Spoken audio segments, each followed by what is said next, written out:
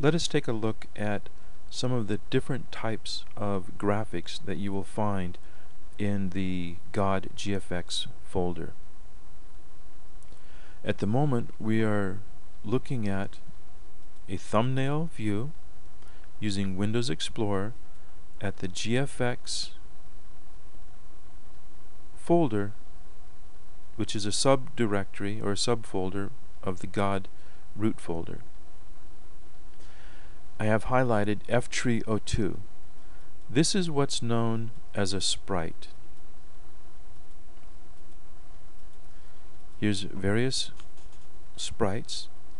They are a single view of an object, in this case a tree. If you use this in the game, you will see a tree. Now the tree will be the same whether you look at it from east, west, north, south, even up, down. Any way you look at it, the tree will look like this. An alternative would be to use a model, and the model of a tree would stay in one place, and when you look at it from a different side, you'd see a different view of it. So sprites are one form of graphic used in the GODD engine. Another form of graphic is what we call a texture. Now texture is a graphic which is used to skin flat surfaces such as walls and floors and ceilings. Here we see some textures that were designed for a hotel scene. Down below, let's see if I can get to it quickly. Here we have some metal. This can be used to create girders. It can be used in floors and boxes.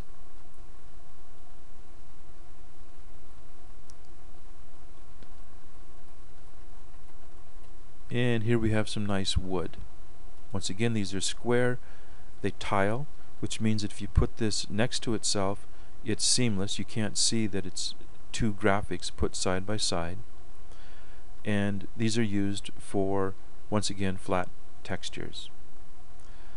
There's another form of graphic which you will find typically in the Annie folder, and I'll select thumbnails for this. These are sprites, but you can notice, like in the armor, these are different views of the armor. You may have noticed in the GFX folder, if you've poked around much at all, a thing called the TEX file. Those TEX files are definition files used by the GODD engine to order or to put in position these different graphics. For example, if you stand to the side of this armor, the engine shows you this graphic. If you stand in the back, it shows you this graphic. If you're standing in the front, it shows you this graphic. So even though it's a sprite, it's not being rendered with all of its multiple polygons. It does give you some dimensionality, at least the illusion of dimensionality. So in summary, in the GFX and Annie folders, you will see graphics which are used in sprites to represent objects, either a single view for all 360 degrees or a different view for different angles of viewing. In addition, you will see, like Adobe 7, you'll see graphics which are used for filling up a flat surface called tiling, and these are called textures. And there's one other type that I noticed earlier that I want to show you in case you stumble across it. And while I'm looking, I'll tell you that that is a mask. Alright, here we go.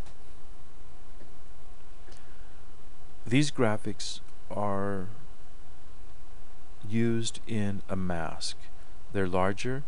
They can be anywhere from 320 wide up to 640 wide, and these are painted on the surface of your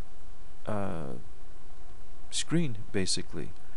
These are painted on top of whatever view you are seeing of the orb itself, and these are used to represent tools such as your hands or a gun that you use in the GODD engine.